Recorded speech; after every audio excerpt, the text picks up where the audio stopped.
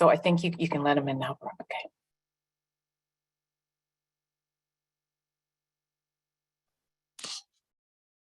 Okay, well, good afternoon, everyone, as we welcome you into this meeting today and folks are jumping on. I want to thank you for joining us for our fourth meeting of the Massachusetts Deconstruction Workgroup. I'm going to, if you could please mute yourself as you get on the call. That would be great. And hopefully you can see my screen. My name is Kathy Mirza, and I'm an environmental analyst for MassDEP, and I coordinate these meetings alongside Brooke Nash, who's our Municipal Waste Reduction Branch Chief. And through these meetings, we aim to connect stakeholders from all perspectives to share what we know, learn together, and take some meaningful steps to support this important part of the reuse industry in Massachusetts. Now, today's meeting is about reusing buildings to not only reduce waste, but to also preserve historic places and our local community culture. Oh.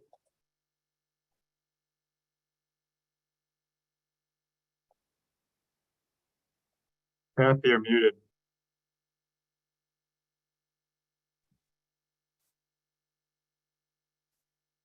Okay, I just did something and messed it up.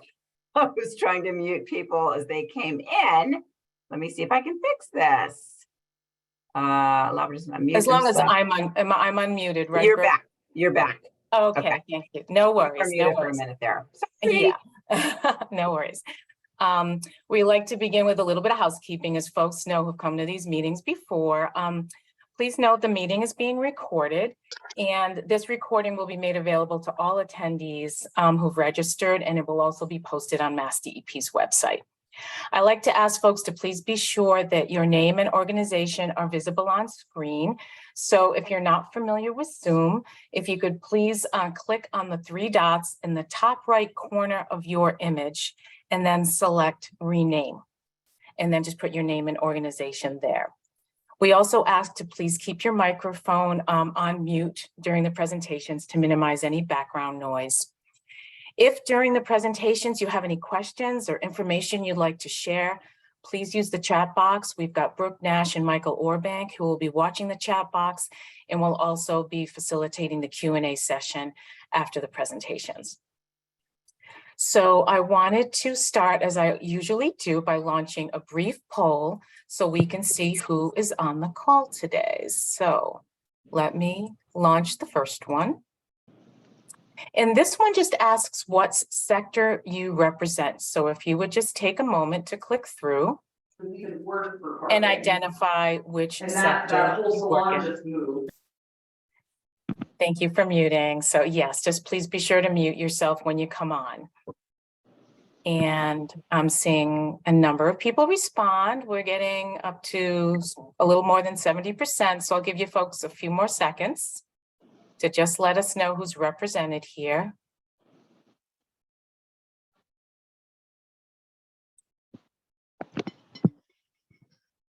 And if you could just answer this poll, where we've got most folks, we've got 90% here who participated. Tell us where you're from. And it looks like we have a good number from almost all different sectors that we have asked for here, that we have as options. So thank you for taking that moment. We had nearly 200 people sign up for the call, so it's always helpful to see who's joining us today. So for those of you who are new to this work group, MassDEP established a reduce and reuse work group as part of our 2030 solid waste master plan. And we, about 18 months ago, released our state's very first reduce and reuse action plan, and through numerous stakeholder meetings, we identified building materials as a priority stream, a material stream to address for reuse. And this led to our deconstruction work group, who's here today, which kicked off last September. We hope to meet on a quarterly basis, and our aim is to take a deep dive into various issues and identify resources that can really enable growth in the building reuse sector.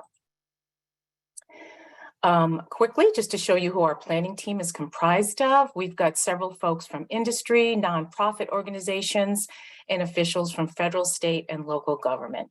And these are the leaders and practitioners who bring their expertise to this work and to this discussion.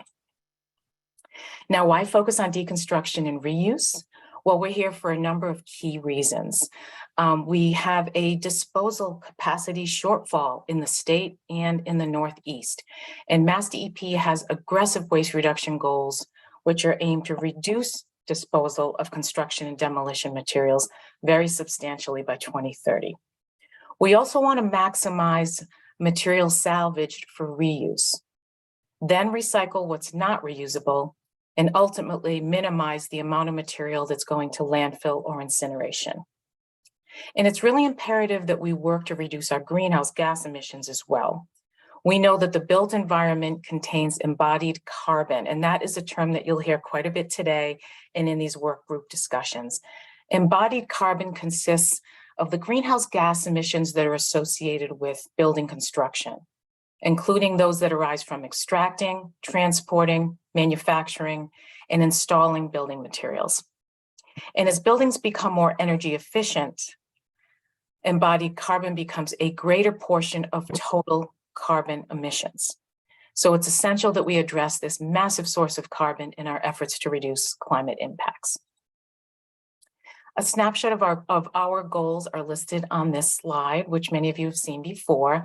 And while DEP uses a waste reduction lens for the work that we do, our goals dovetail with a variety of sectors. So these meetings serve to educate and share knowledge across all stakeholder groups as we explore reuse markets, local deconstruction practitioners, adaptive reuse, and support policies and incentives to help us move forward.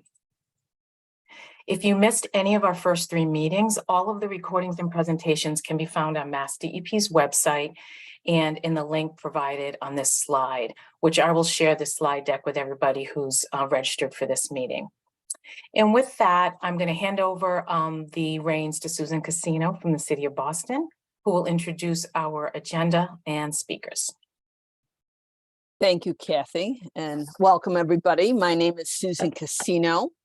I manage the City of Boston's Deconstruction Initiative. 30% of the state's solid waste is construction and demolition debris. Reducing this waste is among the strategies in Boston's Zero Waste Plan. The city's Deconstruction Initiative, in partnership with Recycling Works of Massachusetts, provides free technical assistance to building owners and developers to avoid building demolition. We provide resources for deconstruction specifications, for waste management plans, for the reuse of building assets like furniture, equipment, supplies, for recycling of building materials, and for structural dismantling. We are all aware of Boston's vibrant historic character. Building reuse can help ensure that this legacy will exist years from now. Today, you will hear from our speakers reasons for considering the reuse of buildings first before deconstruction or demolition. You will hear the terms continuous use, adaptive reuse when referring to building reuse. Continuous use means what it sounds like, keeping a building in use. And adaptive reuse refers to adapting a building for reuse, but perhaps a different use or a more environmentally friendly use. Deconstruction is gaining in popularity. This trend reminds me of recycling 35 years ago. Recycling was the solution that we focused on for reducing trash. We all knew about the 3 R's, but recycling took the lead. However, the other 2 R's, reduce and reuse, are the first and second in the waste management hierarchy. Using a single-use water bottle, then recycling it still generates more waste than a reusable water bottle. While LEED construction and demolition waste management credits focus on recycling, which is good, it is not the most environmental or cultural preservation solution. Hello? So let's consider reuse first. Next slide. I'd like to leave you with two quotes. The first one from Heidi Swank, Executive Director of Rethos in St. Paul, Minnesota, a nonprofit promoting building reuse and deconstruction. And she says, create a path, don't fight, help.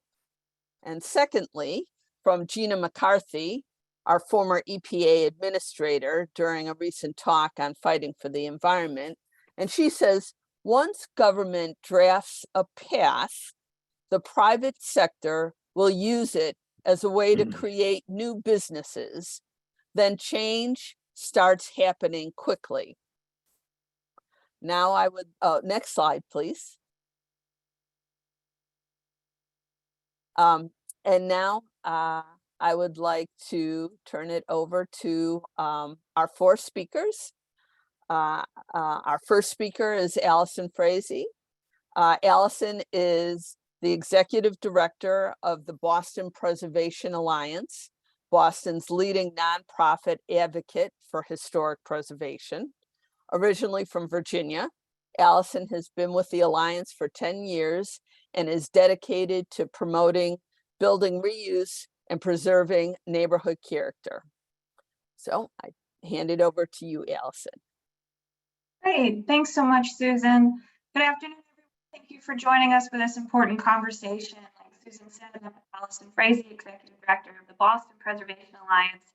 For the last 45 years, we have promoted the preservation of historic resources because of their historic character and contributions to our communities. But we've also embraced preservation as a key component of sustainability and climate change preparedness. Next slide. If you've worked with the preservation world, you may know that we've been using the phrase, the greenest building is the one that already exists, for a really long time. In more recent years, as climate preparedness has become more urgent, we have adopted the phrase, building reuse is climate action, to promote the reuse and continued use of existing buildings, whether or not they're designated as historic. One of the more impactful things we can do to reduce carbon emissions is to update an existing building rather than demolishing it, sending all of its materials to landfills and incinerators, and bringing in all new materials for new construction with a significant amount of debris and energy usage. Reusing older buildings is not just good for the planet, it's good for affordability as well. It's often more cost efficient to upgrade an existing unit than to build a new one, making it easier to create affordability for tenants and buyers. Next slide, please. This graphic, which I know is a little hard to read, but it explains that the average single-family home in America, when demolished, creates about the same amount of waste as the average American does in their entire lifetime. As a society, we have embraced reusing things like bottles, straws, bags, but think of how many plastic straws it would take to be equal to the amount of waste created by the demolition of just one building. So we must prioritize building and material reuse as one of the ways to advance these priorities. And we do that by sharing information about the benefits and logistics of reuse. So today you'll hear about the tools and resources that make reuse of buildings and materials not only a viable option for projects, but also one of the best things we can do for our environment. Next slide, please. Reusing buildings with appropriate upgrades and additions often has other environmental and social benefits as well. We have found here in Boston that developers tend to target 1 or 2 family homes on larger lots, and then they clear the lot to build a new structure as close to the lot lines as the zoning will allow with parking. So this replaces permeable spaces like yards with asphalt for driveways and parking areas, resulting in less water absorption and more flooding, takes down existing trees with root systems that prevent erosion and leaf canopies that reduce heat island effect, adding smaller ornamental trees with fewer environmental benefits, and limits open space for fresh air and light. The units are often smaller, more expensive, and are constructed sometimes with poorer quality materials than what was there before. These apartment blocks tend to lack features that are critical for building community, like porches and stoops, where neighbors socialize with each other. And they often don't express the same architectural language as the surrounding houses, eroding neighborhood character and continuity. The images here are from a proposal in Boston to demolish an existing house, which is the oldest home in this area, and a large tree, and replace it with a new residential building that violates setbacks and eliminates meaningful green space. So we need to evaluate the costs and benefits of a project like this to the neighborhood and the environment, not just the developer. To be clear, not every building is a good candidate for reuse, and we fully support new construction when appropriate. But we feel that reuse and continued use of the buildings that already exist, with resources and support for expansions, additional dwelling units, and sustainable upgrades, would meet many of our neighborhood goals and needs. Next slide, please. The Alliance has been working towards policy recommendations for Boston in partnership with a number of other groups, some of which you see here, and that are on the call today. There are many people from all aspects of the built environment that are working towards the shared goals of building reuse, deconstruction, and salvage. We hope that the City of Boston will lead the way with meaningful policies, working with MassDEP and other thought leaders like CLF Boston and Recycling Works in Massachusetts, and utilizing tools such as the All for Reuse ecosystem map with different organizations specializing in these areas. We're optimistic for meaningful change based on these conversations, and are hopeful that Boston can show climate leadership as a city that is not only a coastal city and a green city, but one that stewards some of our nation's oldest and most significant historic places, like many other Massachusetts communities. We hold a unique responsibility to balance the need for growth, preservation, and environmental ingenuity. So it's really important that we prioritize this. And other cities across the country have made a lot more advancements. So Boston has a lot of room to catch up. So if you'd like more information about the Alliance and the work that we do and the overlap of historic preservation and environmental goals, please feel free to reach out anytime. You can go to the next slide, please. And you'll see our contact information there, and ways to follow us on Instagram and other social media. So we're working with the speakers on the call today who are going to share more perspectives on why building reuse is the best solution. So thank you. Thank you, Allison. Our next speaker is Jennifer Doherty. Jen Doherty is the Local Government Programs Coordinator at the Massachusetts Historical Commission. She provides technical assistance to local historical and historic district commissions across the Commonwealth on local preservation issues, such as documenting historic resources, establishing local historic districts, and adopting demolition delay bylaws. She will be presenting about 2 tools the Massachusetts Historical Commissions promote and uses to encourage the reuse of historic buildings, demolition delay, and historic rehabilitation tax credits. Welcome, Jennifer. Thank you, Susan. So I'll be talking about demolition delay and historic rehabilitation tax credits. And I will be joined in the Q&A by my colleague, Elizabeth Sherva, who manages our tax credit program. Next slide. So I'll start first with demolition delay. And this is not a tool that the MHC uses ourselves, but instead we encourage communities to adopt these local bylaws or ordinances. They allow a local historical commission to review the proposed demolition of historic buildings and potentially delay the demolition for up to a certain period of days or months. The most important piece to understand about demolition delay is the word delay. Nope. Somebody's not on mute. Demolition delay cannot prevent delay or prevent demolition. It can only delay it for a set period of time. And demolition delay is really only what the community and the property owner or applicant make of it. Ideally, they're going to work together to try to find alternatives to demolition, but unfortunately, that does not always happen. Demolition delay is an important preservation tool, as it does create a formal period of time to explore other options for the building before it is demolished. It's important to note that demolition delay does not mean that the local historical commission is going to immediately stop all development in the community. Through the process, they can choose to impose the demolition delay, but that does not mean that they always will. The delay is not automatically imposed on the property. It is up to the commission to choose to find the building significant in some way, and then vote to impose the delay.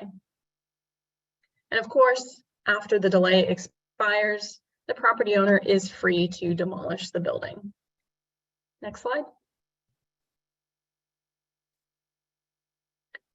To date, 159 communities of all sizes across the Commonwealth have adopted a demolition delay bylaw or ordinance. Most of the communities are in the eastern part of the state, where we're obviously experiencing the most significant development pressures. Most communities have a delay period of 6 or 12 months, but in recent years, communities have been amending their bylaws and moving towards longer delay periods. Next slide. There is currently no enabling legislation for demolition delay, so communities are able to adopt it locally under the Home Rule Amendment of the state constitution. The MHC does have a sample bylaw that we provide communities to use. Demolition delay is usually adopted as a general bylaw or ordinance rather than a zoning bylaw, following the usual local legislative process, either town meeting or city council. And it should be noted that demolition delay does not apply in local historic districts. There, the Historic District Commission has purview over all properties and changes. So the Historical Commission and their demolition delay bylaw are excluded. Within a local historic district, the Historic District Commission can actually deny a request for demolition indefinitely. Next slide. At the MHC, our sample bylaw follows a two-step process for decision making. There are set timelines for making those decisions at various points in the process.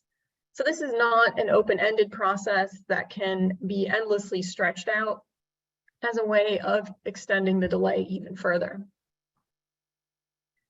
Communities in Massachusetts have a variety of thresholds or triggers for their review under demo delay. Some communities, like Brookline, review all requests for a demolition permit, regardless of the age of the building. Others do have a set age, so they review anything older than that. The MHC recommends using 50 years.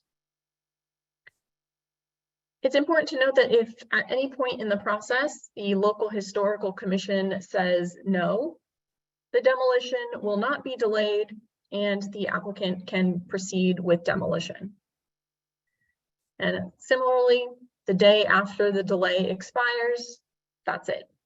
The property owner is free to demolish the building. The bylaw also includes enforcement provisions for illegal demolitions. These are often a $300 per day fine. With each day that the violation occurs, that is, that the house has been illegally demolished, constituting a new offense. Often these provisions require a house to be faithfully reconstructed, or they allow the commission to determine an appropriate remedy. Another enforcement provision may include a no-build clause for a set period of time.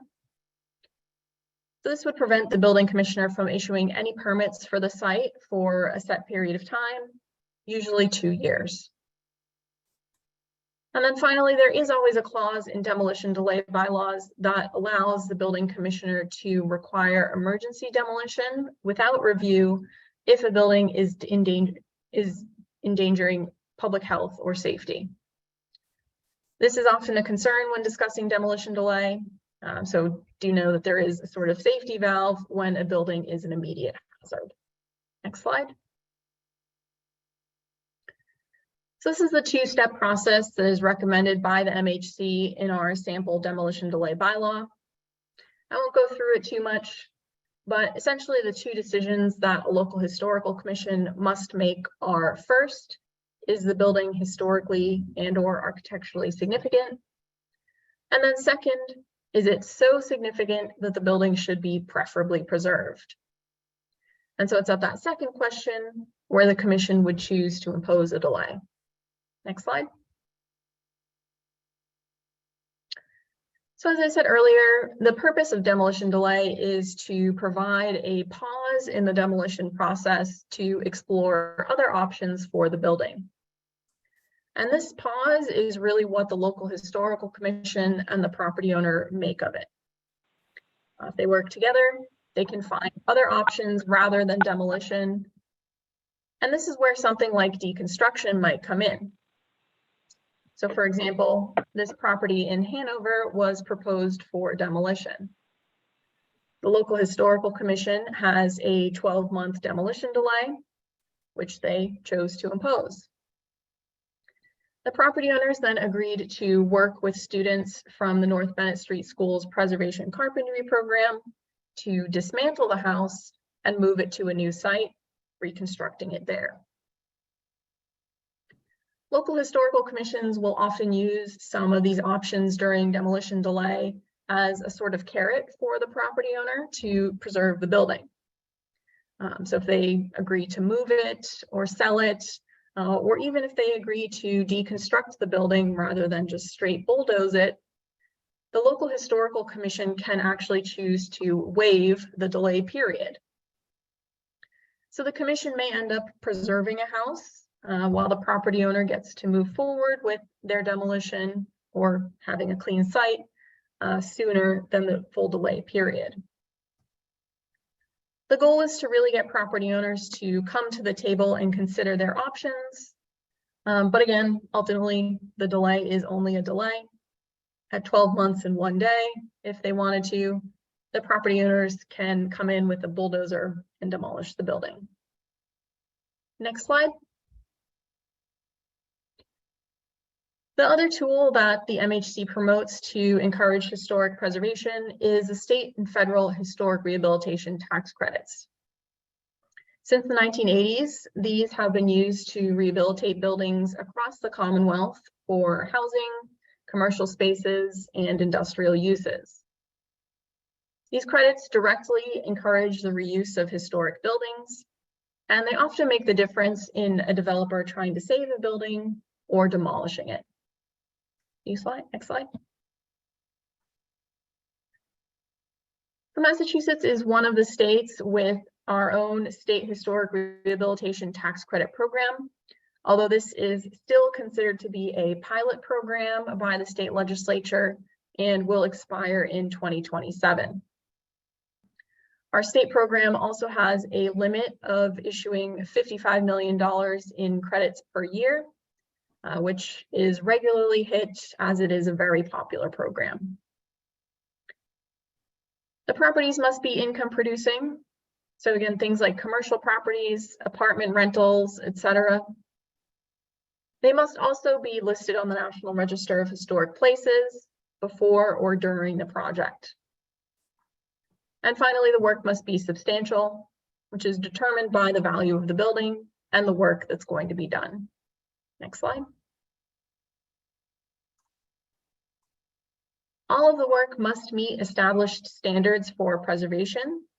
And within these, you cannot demolish buildings or features that contribute to the history of the building or to the larger historic district that it's part of. The standards also encourage the reuse and repair of historic materials before replacements with in-kind materials is considered. Projects are reviewed based on 9 criteria, and credits are awarded for up to 20% of the qualified rehabilitation expenditures. These are things that go into directly rehabilitating the building, such as roofing materials or electrical upgrades. Next slide. And since the 1980s, the National Park Service and the IRS have administered a similar tax credit program at the federal level. It is much the same as the state program, except there is no annual cap on the amount of credits the Park Service can issue. So many projects will apply for both state and federal credits. Next slide. That's all I have. So those are 2 programs that the MHC encourages communities to use to reuse historic buildings. And as I said, I'll be joined by my colleague Elizabeth Sherva in the tax credit program for Q&A at the end. Thank you. And thank you, Jen. Our next speaker is is Erin McDade from Architectural 2030. Erin McDade leads Architecture 2030's public policy and embodied carbon initiatives. She is currently managing Architecture 2030's Zero Code initiative. Today, she will be presenting on the CARE tool, which measures embodied carbon. Okay, Erin, you're on.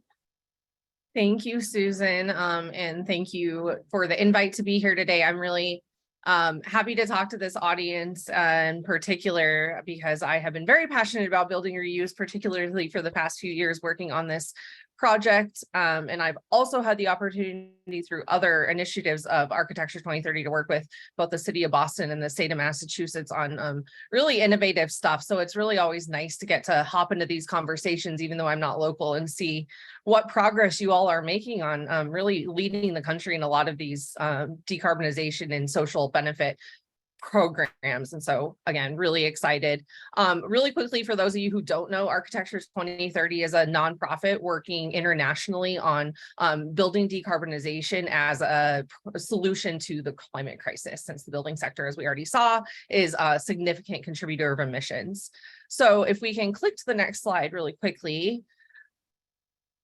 What I am going to talk about quickly today is the case for building reuse. And I should have clarified probably on this slide that I'm going to make the climate case for building reuse before I talk a little bit about the CARE tool, which will support this. As we've already seen from a lot of the slides from other speakers, there are benefits for building reuse beyond climate. But for now, this is the lens of the CARE tool. So if you can click to the next slide. When we are looking at building decarbonization through the lens of the climate crisis, at Architecture 2030, we think it's pretty important to make sure we have a really clear understanding of what the global status for climate, for carbon emissions, and for global climate targets is. So if you can click for me, what this slide shows us is data from the Intergovernmental Panel on Climate Change that releases periodic assessment reports of kind of the state of the world's climate. And we know that typically we as a globe are emitting about 40 gigatons of carbon per year. This chart does start at 2020, but this number unfortunately has not changed very dramatically in the past 3 years. So that's about where we are today as well. And the IPCC gives us about 340 to 400 gigatons of carbon budget remaining if we want to stay, have our best chance, that is, not necessarily even, but have our best chance of meeting the 1.5 degrees C Paris climate target, which was the goal target set in Paris. So what this means, if you could click for me here, is that as an entire globe, so this is not just the building sector and this is not just the United States, as an entire globe, we need to be achieving about a 50 to 65% reduction in total emissions by the year 2030. And click again, we need to be at zero emissions by 2040. So when I am doing my work, I am framing everything through the lens of this zero by 2040 or our 0 year. And you'll see that come up as I move forward and talk a little bit about the CARE tool. So if you can click to the next slide for me, We already saw this from Allison today, and this is really a truism in the design and preservation community throughout the country. The greenest building is one that's already built. I'm sure most of us have heard that plenty of times. And I have a quick graphic to demonstrate at a high level why this is the case. So if you can click for me.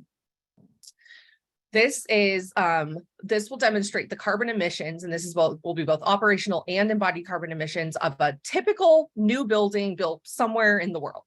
So if you click, this green part coming up is all of the embodied carbon that is emitted before the building is occupied. So all of the material extraction, transportation, and construction of the building.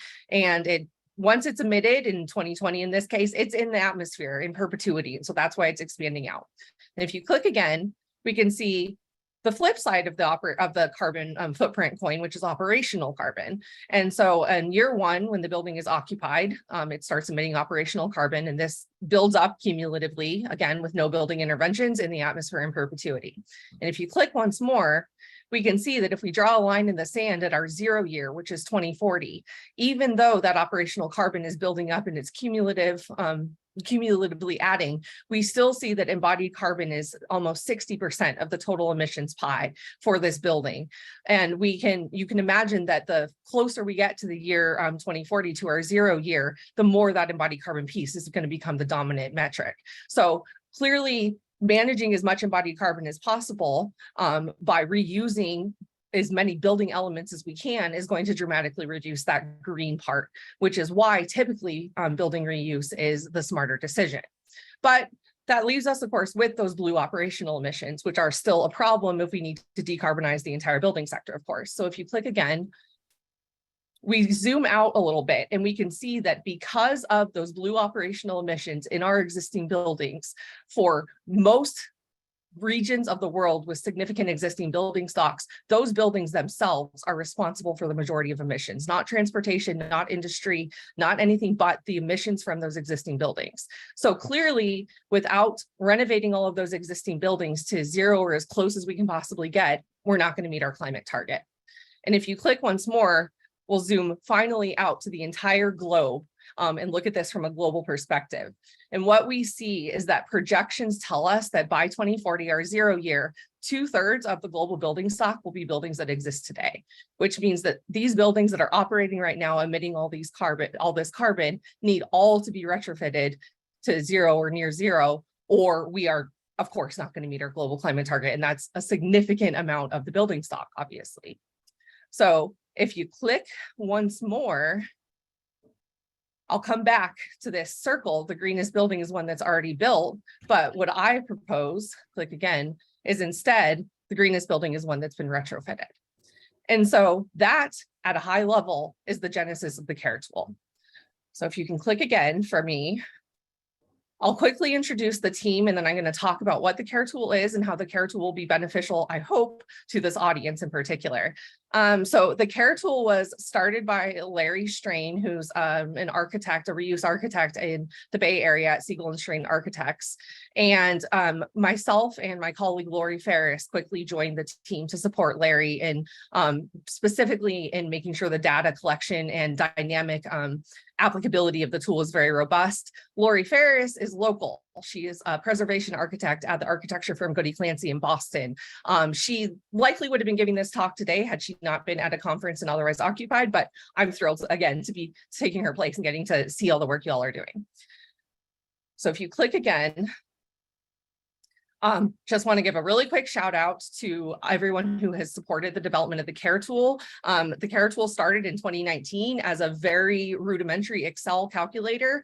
And because of all of the support from funders and other project collaborators, in that 3-year period, we were able to take it from an Excel calculator all the way up to a free open source, all easy to use web app that is on caretool.org. And we'll go into that in a little bit. If you click again for me.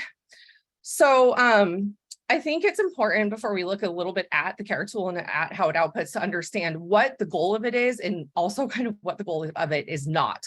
So at a high level, what the CARE tool does is it evaluates total carbon emissions. So that is embodied and operational emissions and the impact potential of existing building reuse compared to replacing new construction. And I think it's important to note too, and Allison kind of touched on this quickly, the greenest building is one that's already built most of the time. Intuitively, that is the case. But the CARE tool also offers the ability to understand what the balance of operational and embodied carbon emissions is that is required to achieve the best total overall carbon emissions reductions, because sometimes you can make interventions and choices that disrupt that balance of operational to embodied carbon. You can try to achieve really high energy efficiency levels, as an example, that comes with such a high embodied carbon penalty that it actually doesn't make more sense to reuse if the decisions aren't made well. So the CARE tool is an early design tool that supports that. But if you click again, we also want to clarify that it is not a detailed energy modeling tool. This tool is designed to be used at the point in the process where you're even trying to decide if a building should be reused, if it makes sense for the building to be reused through a climate perspective. And once you've made the choice to reuse a building, then other tools should be used to make the more detailed and specific decisions. So it's also not a whole building LCA. And in case there are folks on this call who are in the world of energy modeling and LCA assessment, you know that a lot of tools allow you to dive into the back end and override data. The CARE tool doesn't allow that for various reasons that I can go into, but it's worth noting that there are as many default outputs in the tool as absolutely possible, so that you don't have to know more information than necessary about the buildings you're evaluating to start using the tool. And so if you click again, you'll quickly see too who the tool is for, in our opinion. And I think it's important to see what a diverse set of stakeholders we think this tool is applicable for. And that is not only because all of these stakeholders are going to be critical in making sure that we collectively can scale building reuse, but you can see that the tool is by necessity designed to be very, very, very accessible and require not necessarily a super in-depth knowledge of the building sector or even your specific building that you're considering reusing. So you know, hope that remains true as people continue to use it, but that was our goal. So if you click again, I want to give you a rundown of what kind of information the tool does ask about, and then I'll show you what the outputs look like.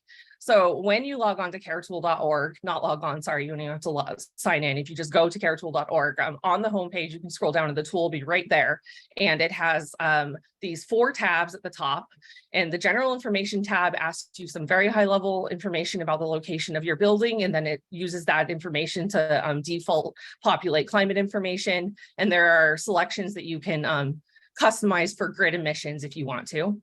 Then you click to the existing building tab, and it asks you, again, some pretty high level information about what the building you're looking at looks like, what its use types are, what its size is. And using that information and the information you entered about location, it generates energy use intensity and emissions projections for your building that can also be overridden.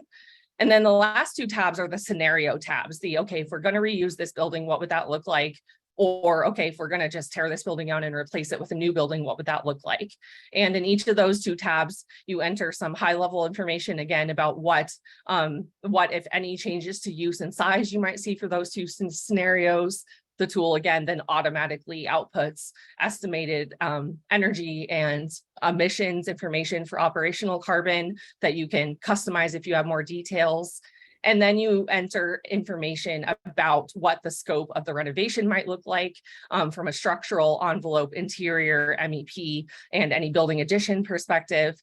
And then similarly for the new building, you enter really high level information for new construction. It's easier to estimate embodied carbon about what the building will look like from a typical construction perspective. And all of that information is combined. And if you go to the next slide, all that information is combined into a set of dynamic output charts. And so these update as you, as soon as you enter enough information and as you continue to change the inputs, all these charts on the right-hand side are updating dynamically. So not only can you view your scenario comparison at the end, but you can also then go back and adjust inputs and outputs and see how, again, those interventions that affect that balance of embodied and operational carbon change.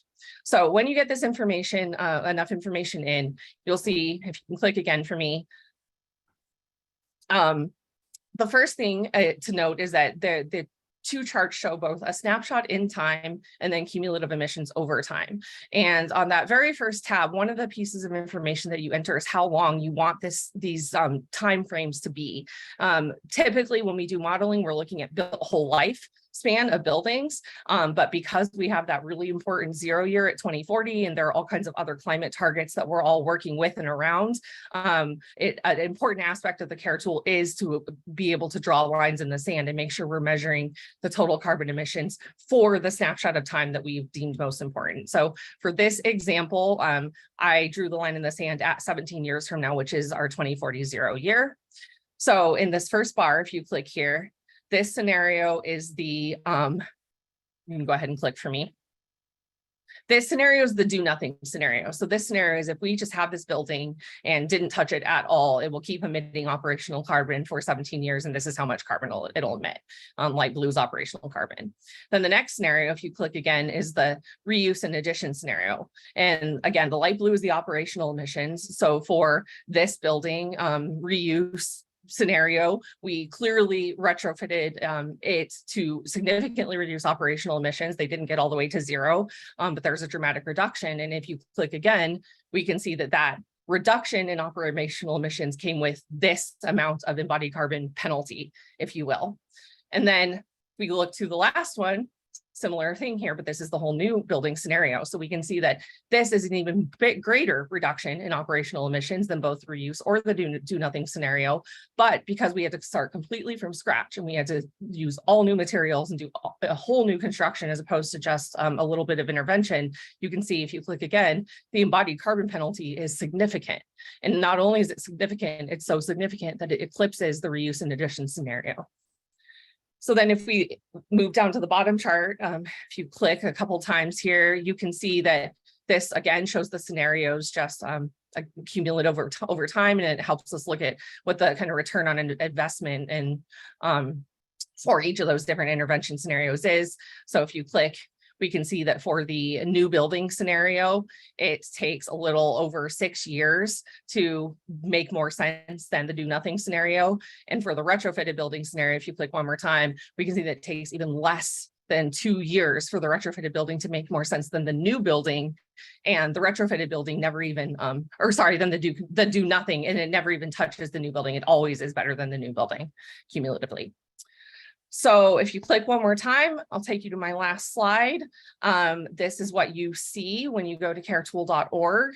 And you can see that, again, like I said, if you scroll down, the tool is right there and you can just dive in and start using it. And then there's also a lot of other supporting materials and resources at the top. Some of these pages we're still populating. We just launched the tool a few months ago in the fall.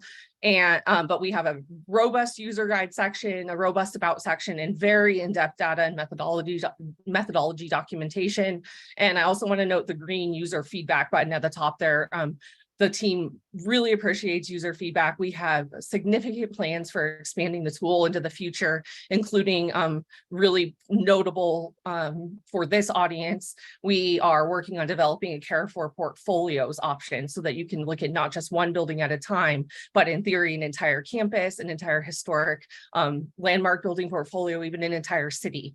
And so keep an eye out for that. And if you have feedback on any of this or thoughts, or if you've even run into any bugs with the tool, please use that button and send us an email. And that is it. Thank you, everybody. Thank you, Erin. Now for our last speaker, Alyssa Freistack from Place Economics. Alyssa is the Director of Research and Data Analytics at Place Economics, where she is responsible for the data acquisition and preparation, methodology development, and analysis. She is well versed in GIS, as well as census data, municipal data, and various other sources. Take it away, Alyssa. Great. Thank you so much, Susan. And hello all. As Susan said, my name is Alyssa Freistack, and I work at a firm called Place Economics.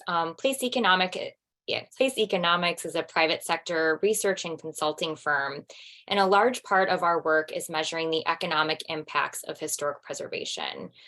So I'm going to share a collection of findings from some of our studies that show why preservation and adaptive reuse makes good economic sense and should always be the first option before deconstruction and demolition is explored. Next slide. So first off, historic preservation in the forms of both rehabilitation and adaptive reuse is an economic driver. And we're going to talk about the ways it's measurable through jobs, income, housing, and property tax returns to local governments. Next slide. As John had mentioned previously, tax credits are the single most effective tool for direct investment in historic buildings. Historic tax credits are incentives that encourage private investment by providing an income tax credit on qualified rehabilitation expenditures. The most well-known historic tax credit is the federal historic tax credit, but 35 states have state-level programs that achieve the same goal. And we've studied many of these state programs at Place Economics. So in states that have a state-level program, we've measured the downstream economic activity that is generated by direct investment through these tax credits. And what we found is that for every $1 of tax credit that's awarded, $9 to $12 of economic activity is created. Next slide.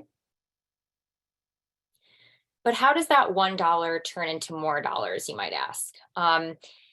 An investment in almost anything, including historic preservation, has direct, indirect, and induced impacts.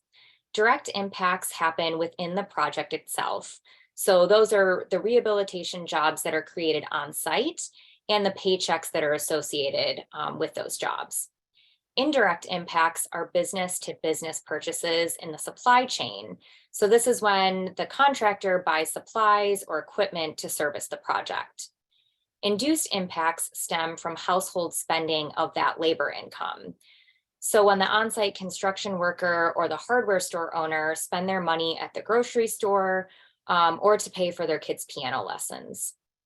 Louisiana, for instance, has a very strong state historic tax credit program.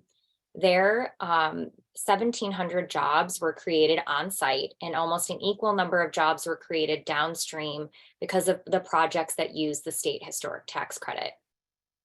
The reason that rehabilitation projects have such a large ripple effect is that they are relatively labor intensive. Next slide. So without fail, historic rehabilitation creates more jobs for the same project cost than new construction. The estimates tend to be that in a rehabilitation project, 60% of the project cost goes towards labor and 40% goes towards materials, compared to the reverse for a new construction project. In a historic rehabilitation project, you are reusing building materials, which has environmental benefits, of course, but it also means that you're spending less on materials. So more of that project budget goes towards labor. You also typically need more people on site than you would for a new construction project, and those workers tend to have specialized training in historic trades, which means they get paid a higher wage. We conducted a national survey of trades experts last summer, and respondents consistently estimated that about a 9 to 10% wage premium is granted to trades workers with specific experience in heritage trades. Next slide. So in a rehab project, you have more workers and higher wages. Those workers are going to be local and they're going to be circulating their money back into the local economy. And doing that supports those local jobs at the grocery store, or the movie theater, things like that. In Pennsylvania, we compared the downstream impact of historic rehabilitation to other top industries in that state. We found that when you invest $1 million in historic rehab in Pennsylvania, you get 12 jobs, which is about twice as many as in other industries. While some of those other industries might offer higher wages, but to fewer people, historic trades don't generally require a college degree. They usually rely on on-site training and apprenticeships, so it's a relatively accessible field to enter. Next slide. So switching gears to talk a little about another way that direct investment in rehabilitation through tools like the tax credit creates value. And that is through property tax revenue generation for local municipalities. Baltimore, Maryland has a city level historic tax credit program that can be used for residential properties. Obviously, the projects that used the rehabilitation tax credit had the highest property value growth, but we also found that properties within 1,000 feet also outperformed the rest of the city. So the city benefits from increased property taxes on these properties as well. This program has been hugely transformative, both in terms of bringing population growth to a city that struggles with high rates of residential vacancy, but it is also adding money to the city coffers. In the next 9 years, the city of Baltimore can expect $43 million in additional tax revenues from properties that have used the credit. Next slide. There's a similar story in Macon, Georgia, another wonderful city with a great music legacy, but it also really struggles with neighborhood vacancy. We did a study for Historic Macon Foundation, which is an organization that has intensively funneled direct investment into 3 near downtown neighborhoods for over 2 decades. Unsurprisingly, that work has increased property values in those neighborhoods. If the value had changed in those neighborhoods like it had in the rest of the city would have actually lost tax revenue. However, because of the value increase in those 3 neighborhoods alone, the city saw an additional $270,000 in tax revenue each year. Historic Macon Foundation's projects would not be possible without the federal historic tax credit. And while these are one-time investments, the local municipality benefits from those increased property tax revenues every year going forward. Next slide. In Illinois, we did the same analysis, but we put that increased property tax revenue into more tangible terms. So in Illinois, which is actually where I'm from, the River's Edge Historic Tax Credit is only available in 5 cities. Across those 5 cities, the increased property tax revenue on tax credit projects could be used to hire 10 new teachers, 8 new police officers, 5 maintenance workers, and still there would be enough money to offer or to provide $250 rental subsidies for 163 families. Next slide. Now I'm shifting gears to talk about the impact of preservation more generally in cities. So local historic districts are designated historic areas, and changes to buildings within them are regulated by local historic commissions. In most cities, historic districts make up a very small percentage of the city's land area, usually about 1 to 7%.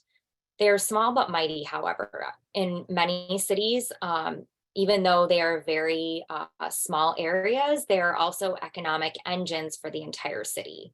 Next slide. Historic districts are the place where most job growth happens in most cities. Here, though, I'm not talking about construction jobs. I'm talking about businesses deciding where they are going to locate and choosing to locate in historic buildings.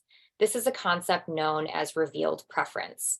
So in Buffalo, historic districts make up about 7% of the city's land area, 9% of all jobs, but 48% of all job growth over the last 10 years. Cumberland, Maryland, like Buffalo, is a canal city that's been hit hard by the loss of industry over the last century, and it's really struggled with job growth. Over the last 20 years, it has seen an almost negligible job growth of around 200 jobs. But if you dig a little bit deeper, you can see that the city didn't have job growth. The historic districts specifically had job growth, while the rest of the city lost jobs. So it's safe to say it's not the business parks at the edge of town that are really bringing new jobs. It's small businesses locating in historic districts. Next slide. Speaking of small businesses, in many cities, we've found that historic districts are the location of choice for small businesses and startup businesses. In Saratoga Springs, New York, another small town, historic districts account for 22% of all jobs, but 31% of jobs at small businesses and nearly half of all jobs at startup businesses. Next slide. So earlier we talked about property value growth, tax generation, and job creation from rehabilitation or tax credit activity. But we can also see that just the existence of local historic districts has an impact on property values. For those who are unfamiliar, local historic districts are geographically defined areas that have been designated for their historic character, architectural significance, or social and/or cultural importance. These districts are governed by an ordinance with changes to buildings and demolition being reviewed by a local commission. In every city, in any study that we've done, one finding is always consistent, and that is that historic districting has a positive impact on property value change over time. You see that in Phoenix here. The historic districts outperform the rest of the city. Many people assume that designation will hurt their property values because it adds a layer of designation or of regulation, but study after study that we perform shows otherwise. Next slide. In Buffalo, you can see the same pattern. The local historic districts outperform the rest of the city. Here, though, we wanted to see how local historic districting impacts property values compared to National Register districting. As you may know, National Register designation does not come with any regulation over exterior changes or even demolition. In Buffalo, we compared National Register districts to local districts to see if this extra layer of local regulation influences property values. So regardless of whether or not the district is nationally or locally designated, presumably they are all historic neighborhoods and have similar quality construction and level of character. So they kind of, that's our control. There's a level of equilibrium between these two areas. Even comparing these two similar types of neighborhoods, local historic districts still vastly outperform the National Register districts. In fact, this suggests that local historic district regulation protects property values. Investment is all about certainty, and this layer of regulation lends certainty to residents that the quality and character of their neighborhood will be maintained. It's a guarantee that the person across the street isn't going to do something crazy with their property that is in turn going to hurt your own property value. Next slide. Switching gears again and looking past just historic districts to older housing in general, the relationship between older housing and affordable housing is often overlooked. This graph shows the median monthly owner and renter costs by a housing unit's period of construction. In general, we found that monthly housing costs tend to be lower on average for structures built before 1979. This is naturally occurring affordable housing without subsidies. So it's very important that this housing be maintained and retrofitted. And where subsidies are used, like the low-income housing tax credit, other researchers have conducted national studies and concluded that it is cheaper to produce a unit of housing using the low-income housing tax credit through acquisition and rehab than it is through new construction. Many developers actually pair the historic tax credit with LIHTC credits. In our recent study in Illinois, we found that 90% of the housing units created using the state historic tax credit were affordable, and that is because they paired the state tax credit, the federal tax credit, and the low-income housing tax credit together. Next slide. Since this is a deconstruction working group, I do want to touch on some of the economic impacts of deconstruction versus demolition. These findings are from our report, Treasure in the Walls, that was commissioned by the Office of Historic Preservation in San Antonio. Next slide. So the OHP had been advocating that deconstruction is a viable alternative to traditional demolition for years, and they had been working to get deconstruction policy on the books in their city.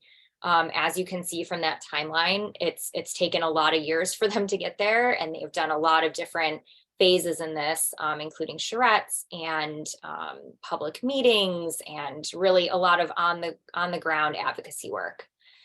And while a lot of the elected officials in San Antonio were on board with the idea, others needed a little bit more convincing. And so the OHP reached out to Place Economics to see if we could provide some data and numbers to back up the need for a deconstruction ordinance. We published the report in spring of 2021, and by late 2022, the ordinance was passed. So it's safe to say the numbers really kind of drove home the point that there was a need for a deconstruction ordinance. Next slide.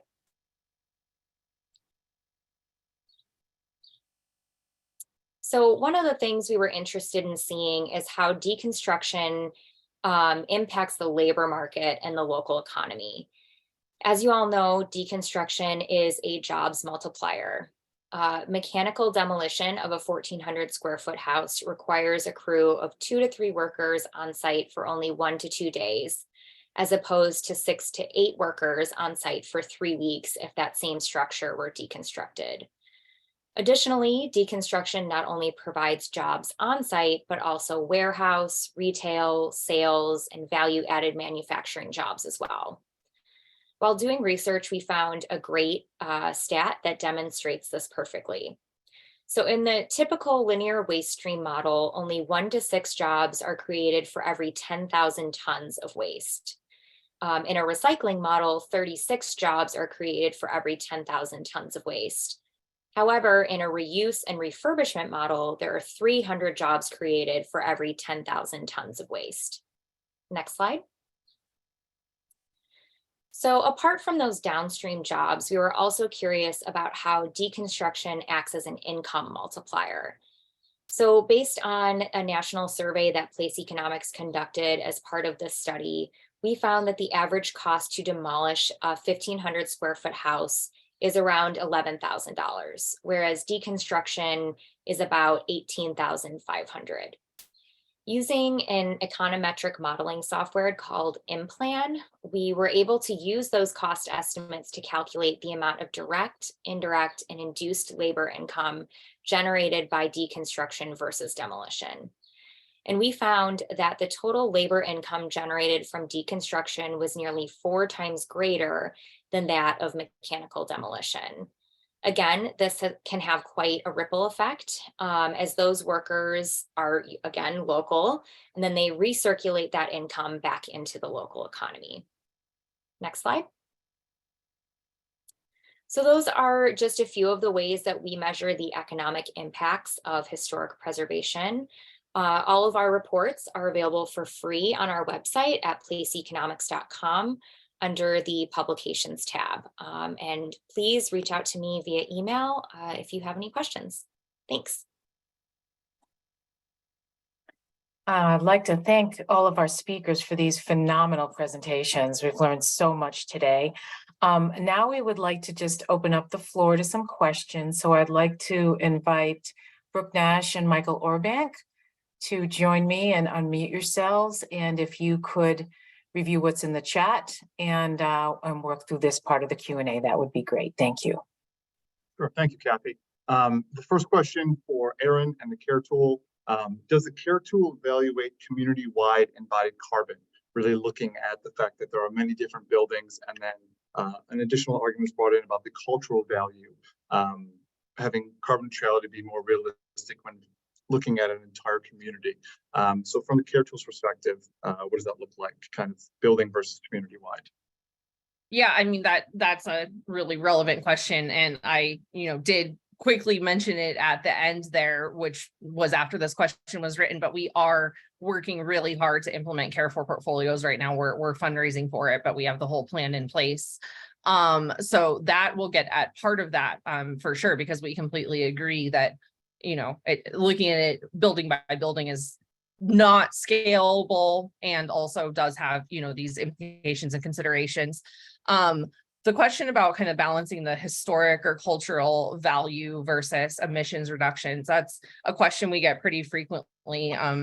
Lori, who is the preservation architect, is maybe more nuanced and articulate in answering that than I am. But she and other of our colleagues have worked really carefully to make sure that the tool is usable to evaluate and make decisions about any building, whether, you know, of any cultural value, of any historic relevancy, etc. So we understand that those aren't metrics that are really built into the tool, but the way that the options for analyzing interventions are written, are, you know, built into the tool, does very carefully allow for interventions and for decisions that apply very specifically to like landmark buildings and buildings with high historic and cultural value to be analyzed and considered. And maybe I'll just add, if I can, Michael, to what Aaron has said.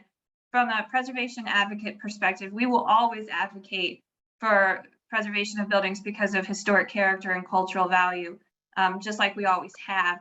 But that messaging doesn't resonate with everyone, we've found. We don't always have the tools to preserve things based on that argument. You know, in Boston, we have a 90-day demolition delay, which is often very ineffective. And sometimes the bar for designating something as capital H historic is pretty high, and that can be inequitable for a lot of properties that don't have the amount of documentation or resources we need to prove that historic significance. So we've found that we need more tools, and we need to get everybody on board with building reuse, whether we're coming at it from a historic character, cultural perspective, an environmental perspective, an economic perspective. All roads lead to building reuse, and we will use every tool and every message we can to meet that goal.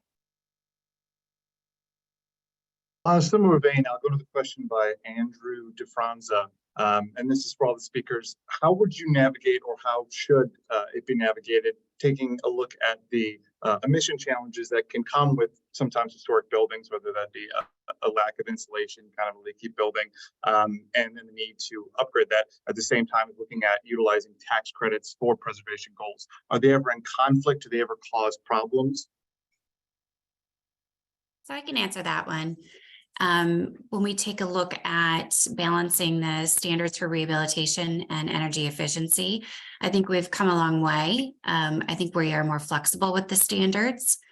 Currently in Massachusetts, we are looking at a project that is using triple paned windows, where we've been able to match the windows very closely to the original windows. So I think we've made a lot of advances. Also, you know, we often take cumulative effect into consideration. So if we really need to push energy efficiency on one piece of the building, maybe some restoration or retention of some specific materials in another part of the building can give us that cumulative effect for the tax credit program. Affordable housing also has requirements. They will, I know the question was talking about exterior exposed brick walls. You know, we find a place where everybody's happy, usually insulating the exterior brick walls in bedrooms, and then often leaving the brick exposed in living spaces and common areas.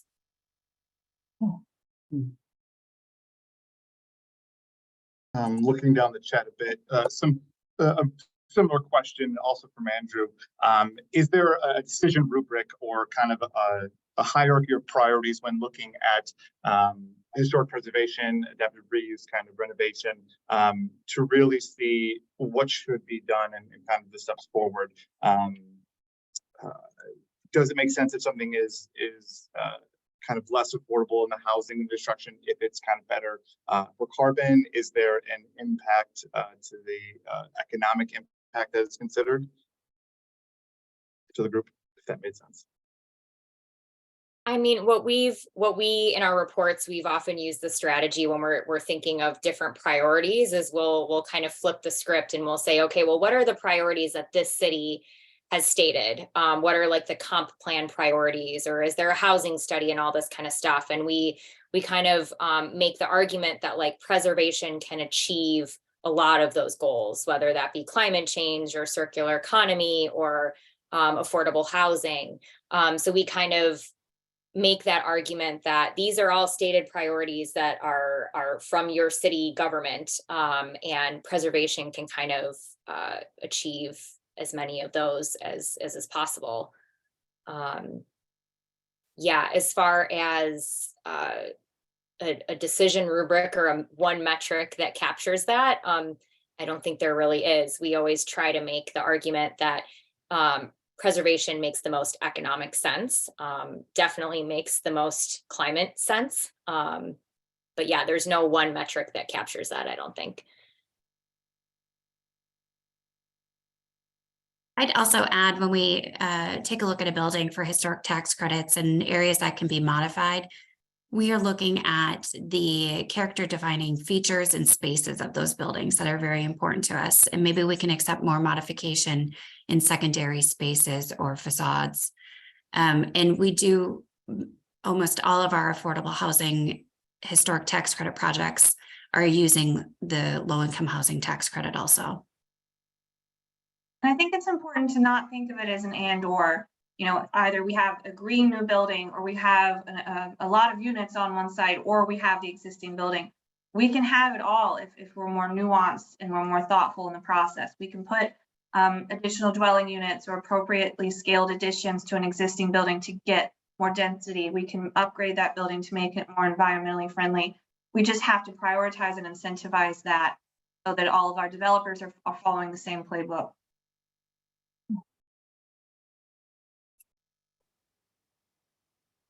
Patty Kelleher with the City of Salem asked a bit about deconstruction, and this may have been brought up before in different meetings of this group.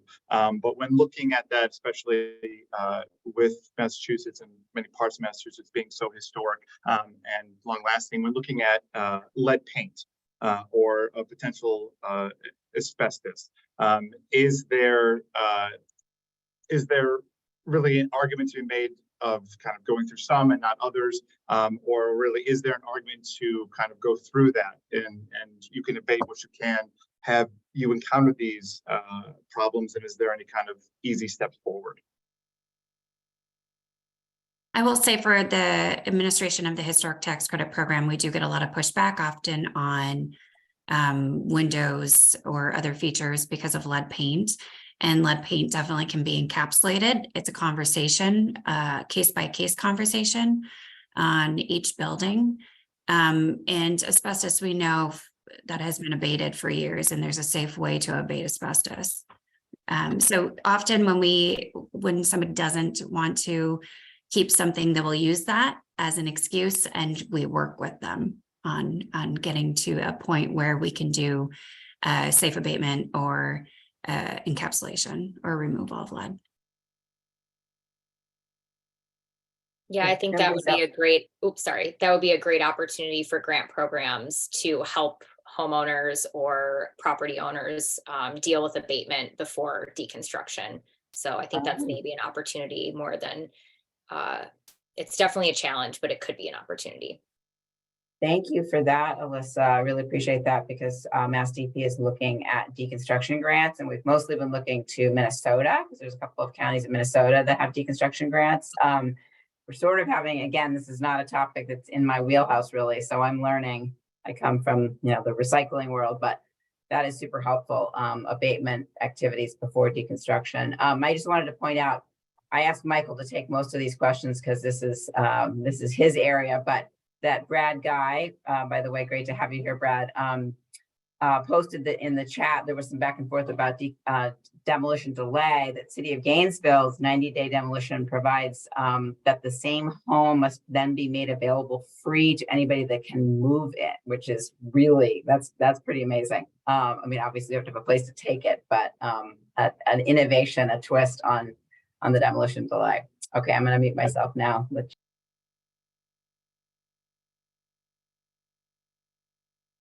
I'll quickly look through the chat, see if there's anything else. Mass-specific questions. A question was asked, what resources are available to promote building material reuse and deconstruction? Really looking at it from a cost perspective. I don't know anything else. I think that's roughly it. Are there any recent or in development studies of the energy efficiency of historic wood windows paired with storm windows versus new double glazed windows is a question I think is getting more at the kind of looking at facades and entrances and kind of window to wall ratios, especially when looking at historic buildings. If anyone could take that, if not, I don't think I see any other questions in the chat.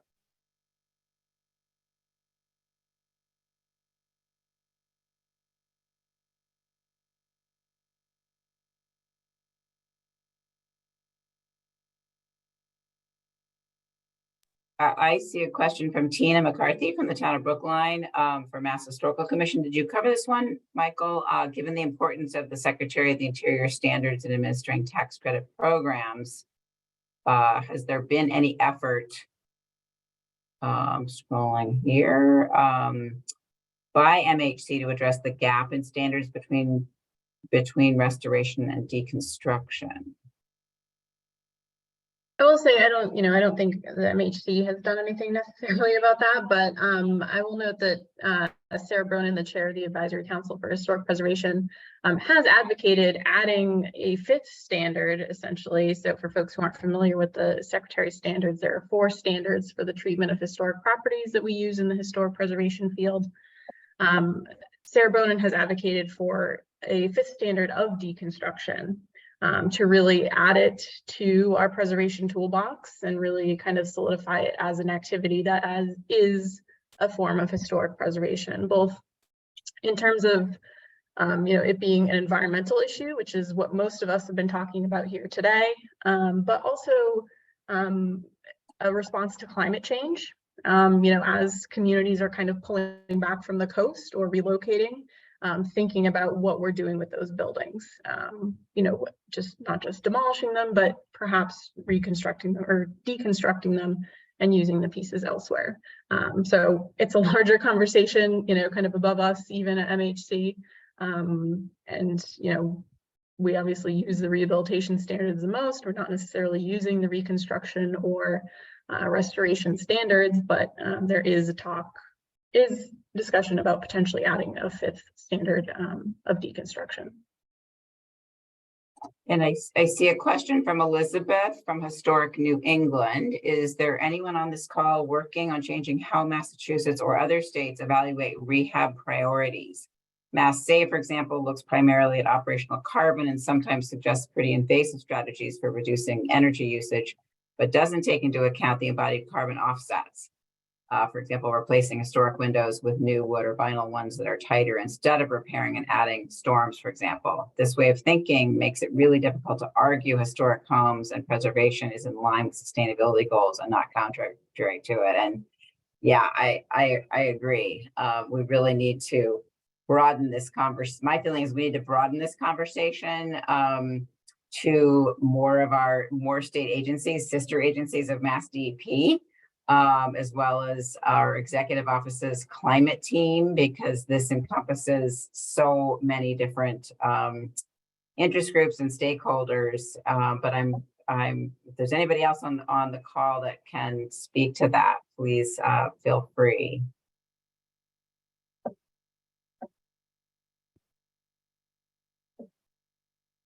I guess I'll just throw out there that, the vinyl window, vinyl siding, people are so aggressive with their ads and their campaigns that it's an uphill battle to counter that messaging.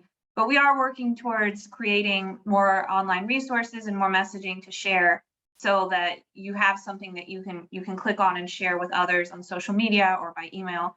So stay tuned because we're all working together to make this information more available and more digestible for lots of different types of people. And we do understand that that's a need. That education component is a big need.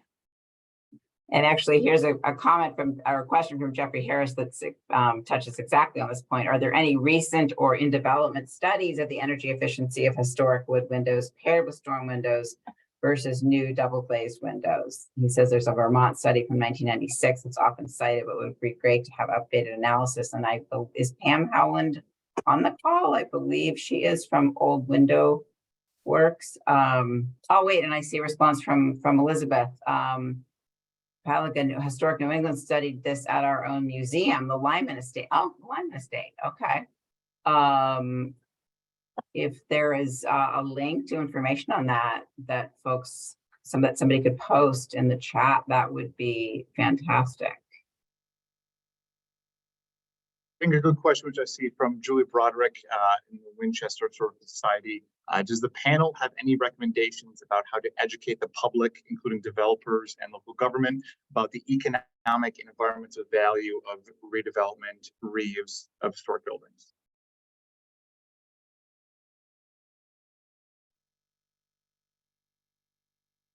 I'd say one great example to look at is the San Antonio Office of Historic Preservation. They've really invested a lot of time and effort into kind of public campaigns around preservation. They've got great little videos and graphics, and their social media presence is really great. So if you're looking for an example of like, how do we educate people about these things and make it exciting, they're a really great resource to look to.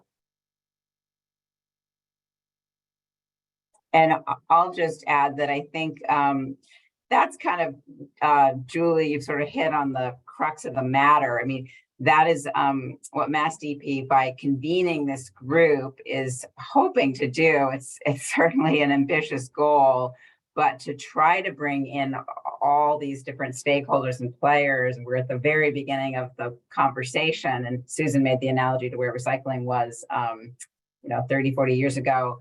But yes, in this case, there's even more stakeholders with the economic and environmental and historic preservation and social impacts. And so this is the very reason we're meeting. And we are really committed to sticking with this work and trying to do exactly that.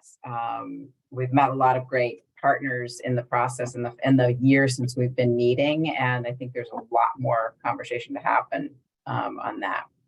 That's where we got to get to, is getting people to understand this, including the developers and local government.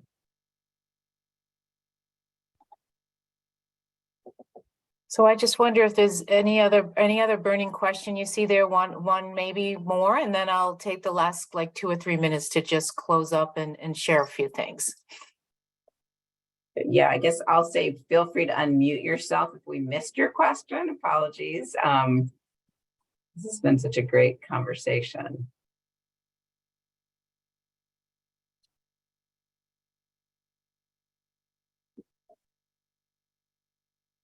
Okay.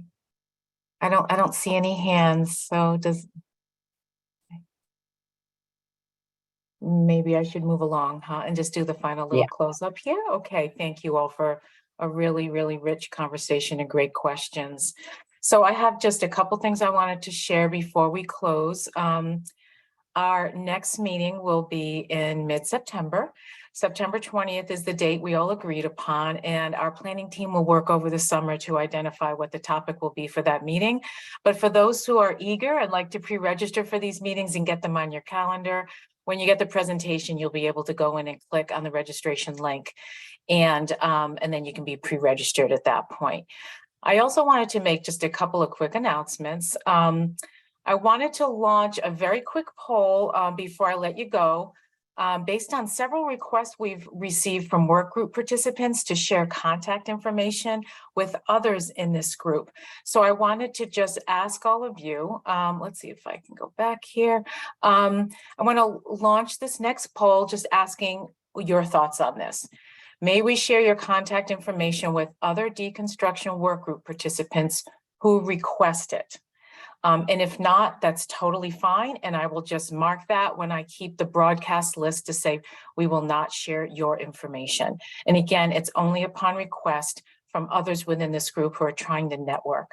As you can see, this network is quite vast. There are a lot of folks who are learning in this process. And so we wanted to just get your explicit okay before we shared anything out. So I'll give you all just a moment. It looks like most of you are there, but if you could just offer a quick, yes, it's okay to share, or no, please do not share.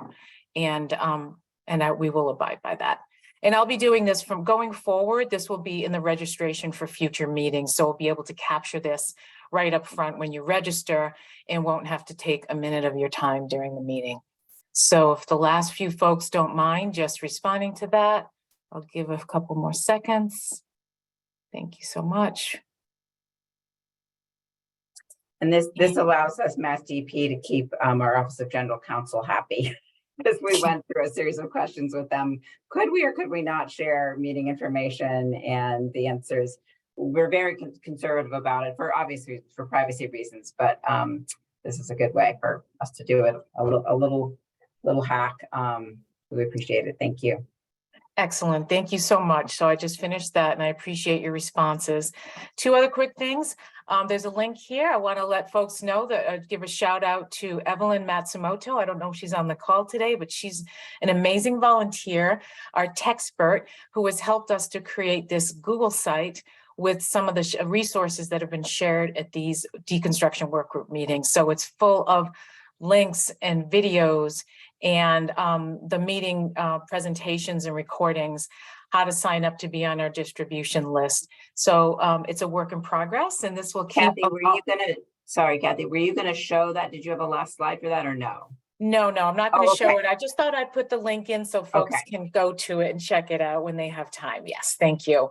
And it will keep evolving, but it's a great start to have this Google site where we're keeping all of that information available to everybody.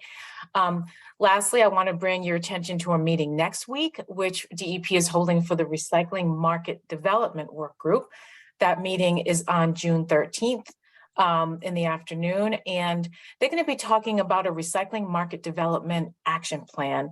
And I'd like folks to just keep in mind that reuse markets are a really important part of this conversation. So if that's something you're interested in, please just tap me a note and I'll get you the link unless someone else can grab it and pop it in the chat. But we're about to close in just a moment. Last slide here is just to thank all of you for being here. It's got Brooke and my contact information. And a link to the DEP's website where you can get recordings for all of the meetings that we have had, the presentations and the recordings. I do want to thank all of you for being here and taking your time to be part of this conversation, which is so vibrant. We do hope this conversation really helps us all to reframe the way we think about the way we manage our buildings in need of repair, remodeling, restoration, replacement, or removal. I look forward to our continued conversations in future meetings, and I hope you all have a wonderful summer. So, and thanks again to the speakers. We really appreciate your participation. Wonderful presentations. Thank you so much. Great presentations. Have a great day, everybody. All right, so long. Thank you. Bye.